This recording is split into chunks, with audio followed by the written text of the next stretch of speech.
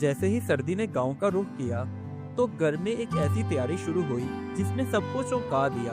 बज़ाहिर तो बात सिर्फ गर्म कपड़ों और मिट्टी के चूल्हे की थी, मगर तैयारी में छुपी हुई थी वो सच्चाई जिसने पूरे गांव की बुनियाद हिला दी। बहू तो सिर्फ अपनी जिम्मेदारियां निभा रही थी, मगर सास की आंखों में कुछ और ही चल रहा था। हर गुजरते दिन के साथ साथ तैयारी अजीब होती गई, जैसे सर्दी नहीं कोई बहुत बड़ा तूफान आने वाला हो। और जब बहू ने रात के अंधेरे में वो छुपा हुआ थैला देख लिया तो उसका दिल कांप उठा। आखिर सास इतनी बेचैन क्यों थी? वो क्या राज था जो बरसों से दिल में दफन था? ये वजह जानने के लिए कहानी को मुकम्मल देखें।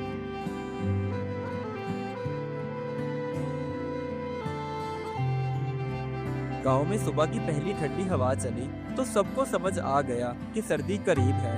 उधर सहन में जमीला बर्तन धो रही थी कि अचानक ठंडी की वजह से उसके हाथ सुन्न हो गए और वो अपने हाथों को गौर से देखने लगी।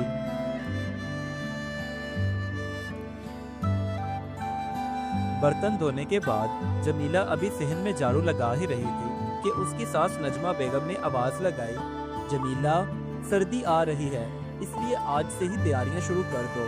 और हाँ, एक और बात याद रखना, खाना भी अलग तरीके से पकेगा।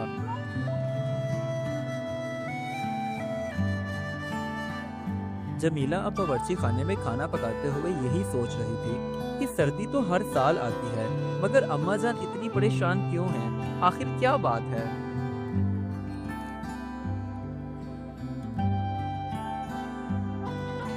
कुछ देर के बाद नजमा बेगम ने अपनी बहू जमीला को बुलाया और पुरानी अलमारी खोली जिसमें सर्दियों के गर्म बिस्तर पड़े थे और साथ में एक बॉक्स भी था।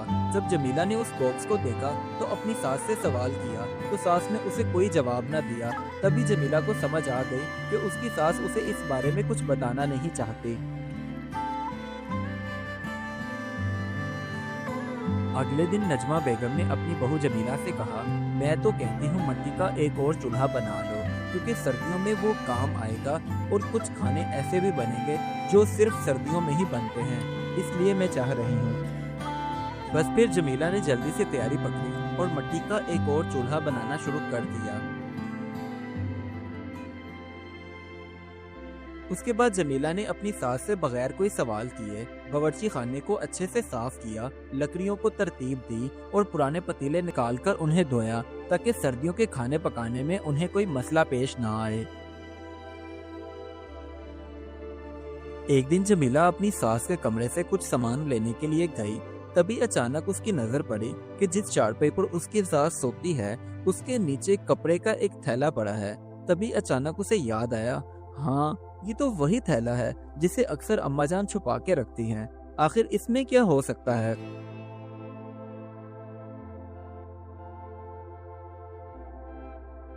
जब शाम का वक्त हुआ तो जमीला ने सर्दियों के आने की खुशी में अभी देसी घी का पहला पराठा ही बनाया था कि जिसकी खुशबू पूरे घर में फैल गई। मगर नजमा बेगम परेशान हाल अपने कमरे में बैठी मुसलसल उस थैले को देखती जा रही थी। जब रात का वक्त हुआ तो जमीला बेगम चुपके से खिड़की के पास जाकर बैठ गई जैसे किसी का इंतजार हो। जमीला ने भी अपनी सास को दूर से देखा और सोच में पड़ गई, आखिर कोई बात तो है जो मुझसे छुपाई जा रही है।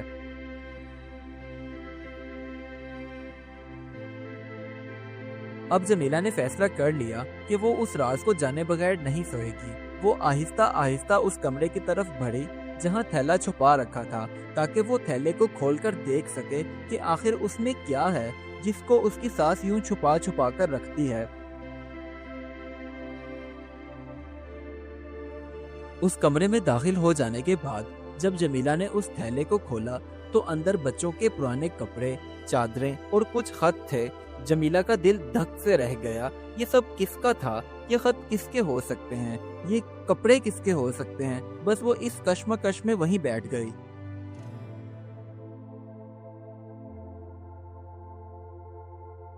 तभी अचानक नजमा बेगम हाथ में लालटेन लिए उस कमरे में दाखिल हुई और हैरान रह गई कि वही थैला जिसे उसने बरसों पहले छुपाया था आज उसकी बहू ने उसे खोलकर रख दिया। अब नजमा बेगम चाह कर भी सच को छुपा नहीं सकती थी, इसलिए उसने अपनी बहू को अपने पास बिठाया और कहने लगी, बेटी, ये तुम्हारे शोहर के नहीं, मेरे पहले बेटे की निशानियां हैं। वो सर्दियों में बीमार हुआ और इस दुनिया से हमेशा के लिए चला गया। इसलिए मैं डरती हूँ, जब भी सर्दियाँ आती हैं तो मुझे इस बात का खौफ होता है कि कहीं मुझे किसी और को अब खोना न पड़ जाए। सास की सारी दास्तान सुनने के बाद उसने बच्चों वाले वो कपड़े अपने सीने से लगाए और कहने लगी, अम्मा जान, आपने सब कुछ इतने सालों से अकेले झेला। अब मैं आपके साथ हूँ, इसलिए आपने कभी परेशान नहीं होना।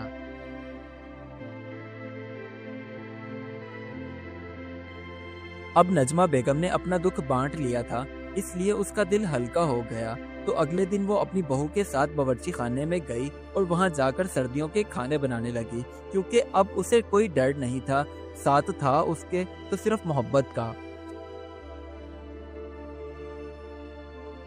अब जमीला का शोहर नदीम जब काम से वापस घर आया तो अपनी माँ और बीवी को बावर्ची खाने में यूं सर्दियों वाला खाना बनाते हुए देखकर वो बहुत खुश हुआ। पहली खुशी तो सर्दी की थी और दूसरी खुशी ये कि आज दोनों सास और बहू बिना किसी रुकावट और बिना किसी लड़ाई के खाना बना रही थी, वो भी खुशी खुशी। देखते ही देखते घर में चहल पहल हो गई। गर्मा गर्म खाने, मिलजुल कर काम, जैसे सर्दी ने घर में मोहब्बत भर दी हो।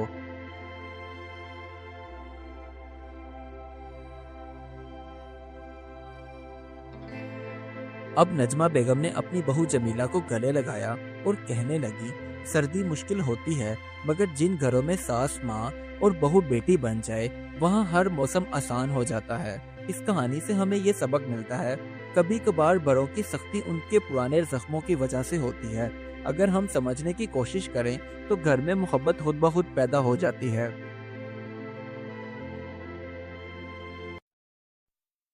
Do like my videos and don't forget to subscribe my YouTube channel. Also press the bell icon.